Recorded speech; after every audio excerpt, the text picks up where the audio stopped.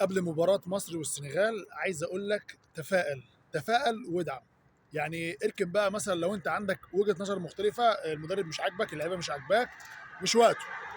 والله ما وقته. اركن كل ده، ارميه ورا ظهرك واركنه على جنب. تمام. وخليك في ظهر المنتخب وفي ظهر المدير الفني. ان شاء الله باذن الله ربنا يكرمنا بكره، نلعب السنغال ونكسبها ونوصل للنهائي. تفائل، عشان الرسول قال تفائلوا بالخير تجدوه. فانا عايزك تتفائل كده وتخلي عندك ايه، ثقه في الله كبيره جدا، وامل في ربنا كبير، وثقه في لعيبتنا وفي مديرنا الفني ان شاء الله نعمل حاجه في المباراه دي. زي ما قلت، في 2021 قابلنا الكاميرون اللي خدت مننا البطوله في 2017. تمام. وفزنا عليها ووصلنا النهائي.